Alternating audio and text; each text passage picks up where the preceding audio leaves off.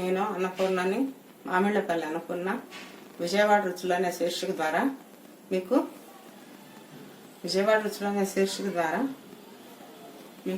ఈ మధ్యకాలంలో ఫేస్బుక్ ద్వారా చాలా రకాల వంటలు అవి తయారు చేసి చూపిస్తున్నాను. ఈ రోజున విజయదశమి పండగ రోజు మీకు అందరికీ, నా స్నేహితులు హితులు సన్నిహితులు అందరికీ కూడా నేను శుభాకాంక్షలు చెప్పాలనే ఉద్దేశంతో నేను మీకు కనిపించి నమస్కారాలు తెలియజేస్తున్నాను. మీరందరూ నన్ను ఎంతో ఆదరించి నేను చేసే వంటలు చూస్తున్నారు కనుక మీకు అందరికీ కూడా చాలా చాలా thanks, many thanks to you. Okay, ఇంకా వంట ప్రారంభిస్తాను. ఇప్పుడు ఈరోజు నేను అమ్మవారికి ఇష్టమైనటువంటి గారెలు, పెరుగు వడలు, ఇది దీని పెరుగు వడలు అనొచ్చు, పెరుగు గారెలు అనొచ్చు, పెరుగు ఆమళ్ళు అనొచ్చు. చాలా మంది విజయవాడ గుంటూరు ప్రాంతాల వాళ్ళు ఆమళ్ళనే అంటారు. ఇలా ఏదో మొత్తానికి గారెలు తీసి పెరుగులో తాలింపు వేసుకొని, ఉప్పు తాలింపు అన్ని వేసుకొని ఆ పెరుగులో ఈ గారెలు చేసి వేస్తాం అనమాట. అందుకని వాటిని ఆమళ్ళు అంటారు, లేకపోతే పెరుగు గారెలు అంటారు. అయితే ఈరోజు మీకు ఆమళ్ళు గారెలు రెండు చూపిస్తాను.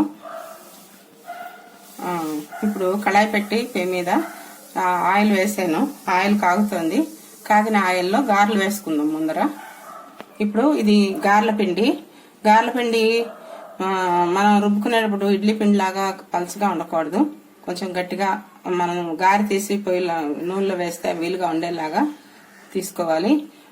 రుబ్బిన తర్వాత ఒక 4-5 గంటలు 2-3 గంటలు కనుక పిండి నాననిస్తే గారెలు బాగా పొంగి క్రిస్పీగా వస్తాయి. అవి పెరుగులో నానటం కూడా చాలా తొందరగా మెత్తబడిపోతాయి అన్నమాట పెరుగులో వేస్తే. ఇదిగో ఈ గారెల పిండితో నేను ఇప్పుడు గారెలు వేస్తాను. ఇప్పుడు ఎక్కువగా ప్లాస్టిక్ కాగితాలు వస్తున్నాయి కదా, ఈ ప్లాస్టిక్ కాగితాలు కానీ కట్ చేసి దాని మీద మనము పిండి ముద్దలు తీసుకొని ఇలా చక్కగా గుండ్రంగా తయారు చేసుకోవాలి పిండి ముద్దని. అంటే ఇప్పుడు చూస్తున్నారు కదా నేను ఏ పాళంలో పిండి ఉంది అనేది మీకు అర్థమైపోతుంది. దాన్ని ఇలా చేత్తో ఒత్తుకొని మధ్యలో చిన్న చిల్లు పెట్టుకోవాలి. చిల్లు ఎందుకు అంటే కొంతమంది చిల్లు లేకుండా వేసుకుందాం అంటుంటారు. ఈ చిల్లు మధ్యలో ఉండటం వల్ల నూనె మధ్యలోంచి కూడా మిగిలిన గారె అంతా శుభ్రంగా కాలి వేగి బాగుండటానికి అవకాశం ఉంటుంది. అలా చిల్లు లేకుండా ముద్దగా వేస్తే మధ్యలో వేగదు, పిండి పచ్చిగా ఉండిపోతుంది అనమాట. అందుకని గారెకి తప్పనిసరిగా చిల్లు పెట్టాలి. పెడితేనే ఆ హోల్లోంచి ఆయిల్ బయటకు వచ్చి, చూసారు ఇప్పుడు ఎట్లా వస్తుందో ఆయిల్, అలా హోల్లోంచి బయటకు వచ్చి చక్కగా గారె మొత్తం బాగా వేగుతుంది అనమాట. అందుకని ప్రతి గారెకి మనం చిల్లి పెట్టే వేస్తాం. ఇప్పుడు గారెలు తయారయ్యి గారెలు తీసి పెరుగులో వేస్తున్నాను. ఈ పెరుగులో కనుక పెరుగంతా గారెలు పీల్చుకొని నానిపోతాయి. ఆ మెత్తపడిపోతే ఆవిడ చాలా రుచిగా ఉంటుంది. ఈ కొంతమంది పెరుగులో వేయటానికి ముందర కొంచెం మజ్జిగ చేసుకొని పక్కన పెట్టుకొని ముందు ఆ మజ్జిగలో నానిపోయేలా చేసి తర్వాత దాన్ని పెరుగులో వేసుకుంటూ ఉంటారు. లేదు కొంతమంది ఏమో వాటర్లో వేస్తారు గారెలు. ఆ వాటర్లో అది కొంచెం నాని మెత్తపడిన తర్వాత అది తీసి ఇలాగ పెరుగులో వేస్తారు. ఈ పెరుగులో అల్లము, పచ్చిమిరపకాయలు, కరివేపాకు, కొత్తిమీర, తాలింపు, పసుపు, ఉప్పు అన్నీ వేసినటువంటి పెరుగు ఇది. ఈ పెరుగులో మనం గారెలు వేసుకున్నాం. ఇవి కొంత టైం పడుతుంది, మెత్తపడడానికి కొంత టైం పడుతుంది.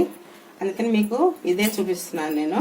దీని మీద మనం కొంచెం కొత్తిమీరని కూడా గార్నిష్ చేసుకుందాం. కొత్తిమీర వేస్తే ఆవళ్ళల్లో మంచి సువాసనగా ఉంటుంది. ఇదిగోండి గారెలు కూడా చేశాను. గారెలు కొద్దిగా ఇక్కడ ఈ గారెల్లోకి కాంబినేషన్ ఏంటంటే అల్లం పచ్చడి.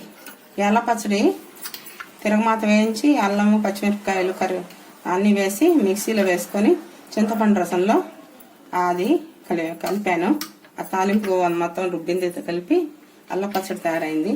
ఈ గారెలతో అల్ల పచ్చడి నంచుకొని తింటే ఈ కాంబినేషన్ చాలా బాగుంటుంది. తెలుగు ఇళ్లలో అందరి ఇళ్లలో ఎక్కువగా గారెలు చేసిన రోజు ఈ పచ్చడి చేసుకోవడం ఒక అలవాటుగా ఉంటుంది.